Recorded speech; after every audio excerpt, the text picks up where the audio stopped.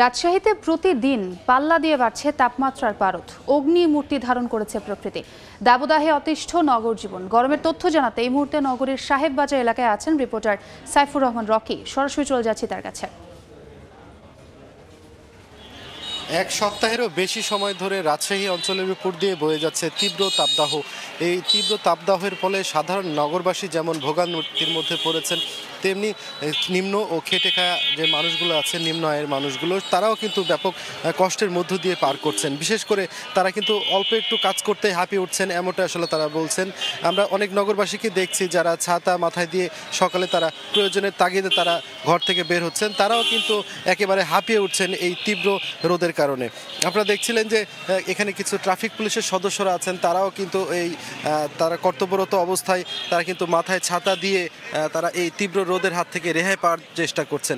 সব মিলিয়ে আমরা কিন্তু বেশ কিছু নগরবাসীর সাথে কথা বলেছি। সেই নগরবাসীরাও বলছেন যে আসলে তারা কাজের তাগিদে আসলে ঘর থেকে বের হয়েছেন, কিন্তু তীব্র গরমের কারণে তারা কিন্তু হাঁসফাঁস করছেন, এমনটাই আসলে তারা বলছেন।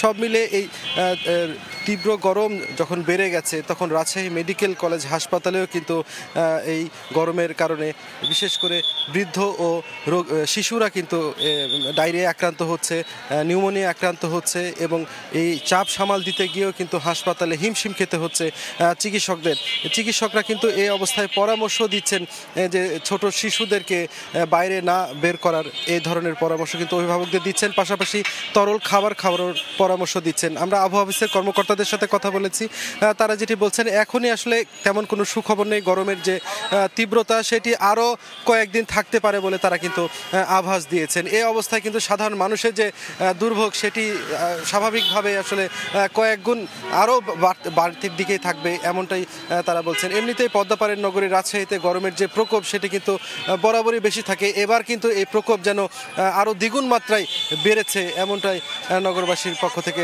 বারবার এমনটাই বলা হচ্ছে। তবে এক পশলা বৃষ্টি হলে হয়তো কিছুটা হলে গরমের যে এই তীব্রতা সেটি থেকে হয়তো কিছুটা রেহাই পেত।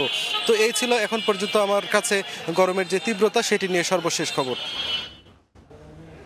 সরাসরি যুক্ত ছিলাম রাজশাহীতে।